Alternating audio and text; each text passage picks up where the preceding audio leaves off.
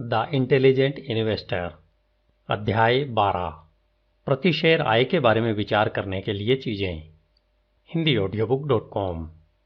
दोस्तों में पेन से इतनी गहरी दरार पड़ सकती है जितनी कि एक बंदूक से संभव नहीं है।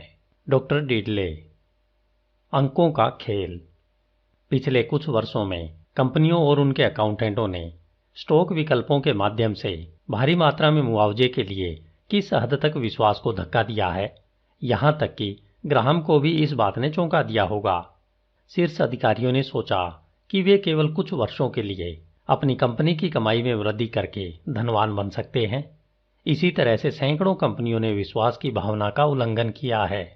उन्होंने केवल पत्रों द्वारा ही नहीं बल्कि अकाउंटिंग प्रिंसिपल के साथ भी छेड़छाड़ करके अपनी वित्तीय रिपोर्ट्स तक बदल रहे हैं और अपनी इस काली कमाई पर पर्दा डालने के लिए अस्पष्ट आचरण व ऊपरी दिखावे को बदलकर अपने रिजल्ट्स को बढ़ा चढ़ाकर दिखाते रहे हैं, जिसने कमाई के साथ साथ परिणामों की बदसूरती भी उत्पन्न हुई है। आइए इनमें से कुछ अस्वाभाविक प्रथाओं को देखें। शायद कमाई करने की सनक को शांत करने के लिए आज तक की सबसे बड़ी और व्यापक गड़बड़ी अकाउंट में हेरफेर करके, जिसे प्रो फार्मा कहा जाता है, की गई थी। वॉल स्ट्रीट में एक पुरानी कहावत प्रचलित है कि हर बुरा विचार एक अच्छे विचार के रूप में शुरू होता है, और प्रो फार्मा कमाई इससे अलग नहीं है। मूल बिंदु इस प्रवृत्ति से शॉर्ट टर्म डेविएशन के लिए यह माना जाता है कि नॉन रिकरिंग घटनाओं को समायोजन करके कमाई के लॉन्ग टर्म ग्रोथ की एक ट्रूअर तस्वीर प्रदान करना था। उदाहरण के लिए, यदि कोई अन्य फर्म जिसे उसने अभी अधिग्रहित किया था, उसे वह पूरे 12 महीनों के लिए अपना हिस्सा बताकर एक प्रो फार्म प्रेस विज्ञप्ति जारी कर सकती है और उसके माध्यम से यह दिखा सकती है कि उसने पिछले वर्ष में क्या अर्जित किया होगा। जरा प्रो फार्मा के इन उदाहरणों को देखें। 30 सितंबर 1999 को समाप्त तिमाही में इन्फोस्पेस इंक ने अपनी प्रो फार्मा आय अर्जित की, लेकिन उसने पसंदीदा स्टॉक लाभांश में $159.9 मिलियन का भुगतान नहीं किया था। 31 अक्टूबर 2001 को समाप्त तिमाही में बीईए सिस्टम इंक ने अपनी प्रो फार्मा आय अर्जित की, लेकिन जैसे कि उसने अपने कर्मचारियों द्वारा प्रयोग किए गए स्टॉक विकल्पों पर पेरोल करों में $193 मिलियन का भुगतान नहीं किया था।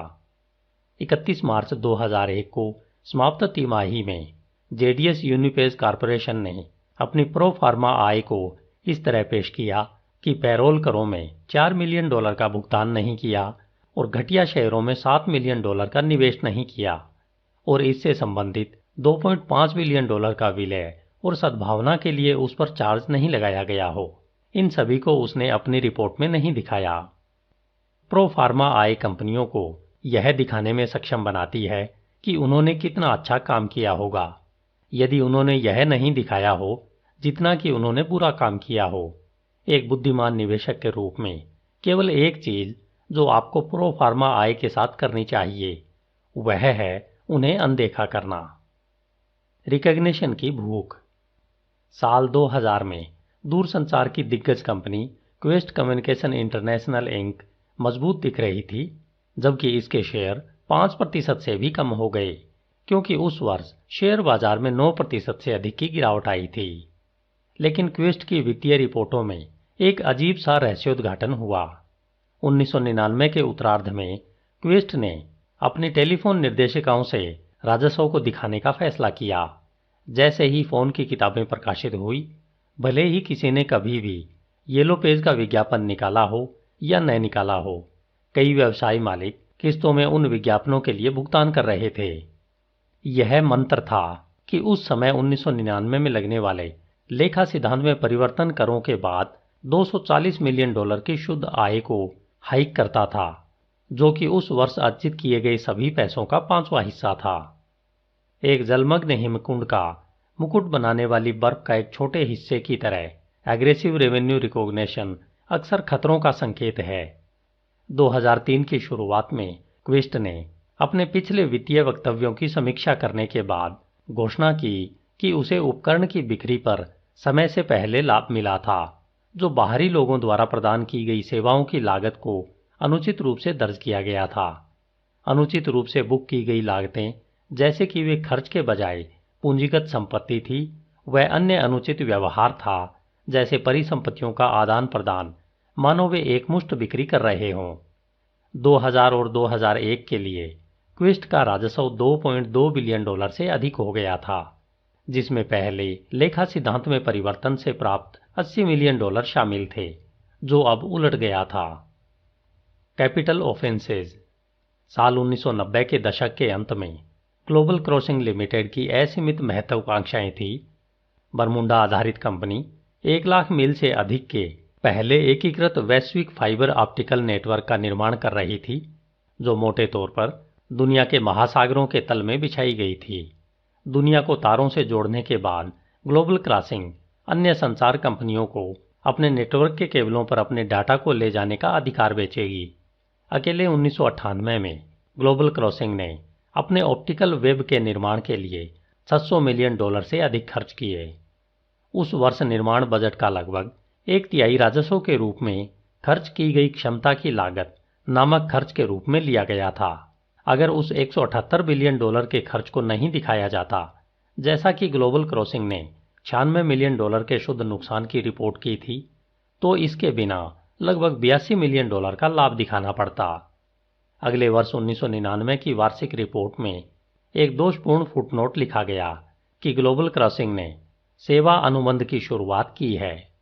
कंपनी अब अपने निर्माण पर खर्च होने वाले राजस्व के लिए खर्च के रूप में अधिकांश निर्माण लागतों का शुल्क नहीं लेगी। इसके बजाय उन निर्माण लागतों का एक बड़ा हिस्सा अब एक ऑपरेटिंग व्यय के रूप में नहीं, बल्कि एक पूंजीगत व्यय के रूप में माना जाएगा, जिससे कंपनी की कुल संपत्ति में वृद्धि होगी, लेकिन इससे वास्तव में उसकी शुद्ध आय में कमी होगी। प्रूफ।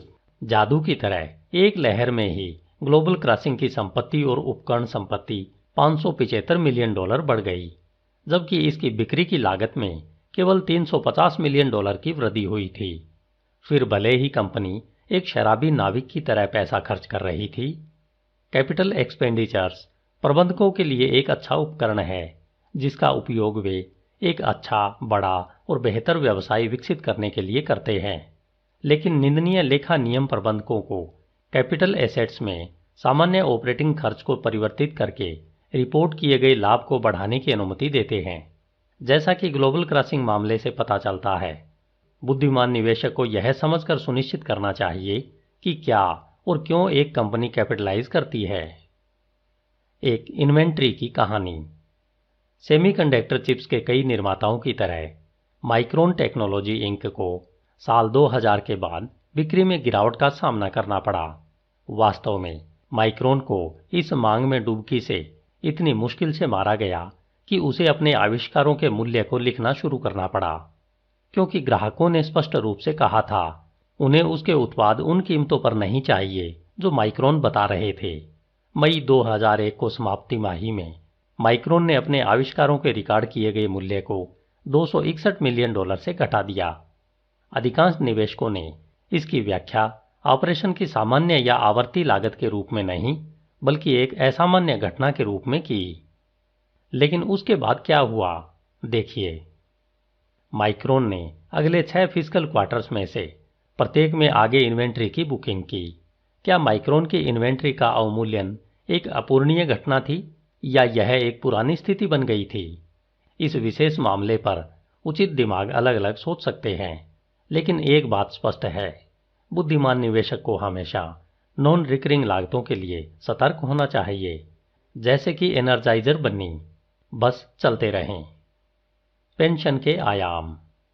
साल 2001 में SBS कम्युनिकेशन इंक, जो कि सिंगुलर वायरलेस, पैकटेल और साउथर्न न्यू इंग्लैंड टेलीफोन के हितों का मालिक है, ने शुद्ध आय में $7.2 बिलियन की कमाई की, जो कि एक साल में खराब टेलीफोन उद्योग के लिए एक खराब प्रदर्शन था। लेकिन वह लाभ केवल SBC के व्यवसाय से नहीं आया, पूरी तरह से $1.4 बिलियन का लाभ कंपनी की कुल आय का 13% MBC की पेंशन योजना से आया था। चूंकि MBC के पास पेंशन योजना में अधिक पैसा था और क्योंकि यह अनुमान था कि अपने कर्मचारियों के भविष्य को लाभों का भुगतान करना आवश्यक था, जो कंपनी को वर्तमान आय के अंतर का इलाज करने के लिए मिला। उस अधिशेष के लिए एक सरल कारण 2001 में एसबीसी ने पेंशन योजना के निवेशों पर 8.5% से 9.5% तक की कमाई की उम्मीद दर बढ़ा दी थी।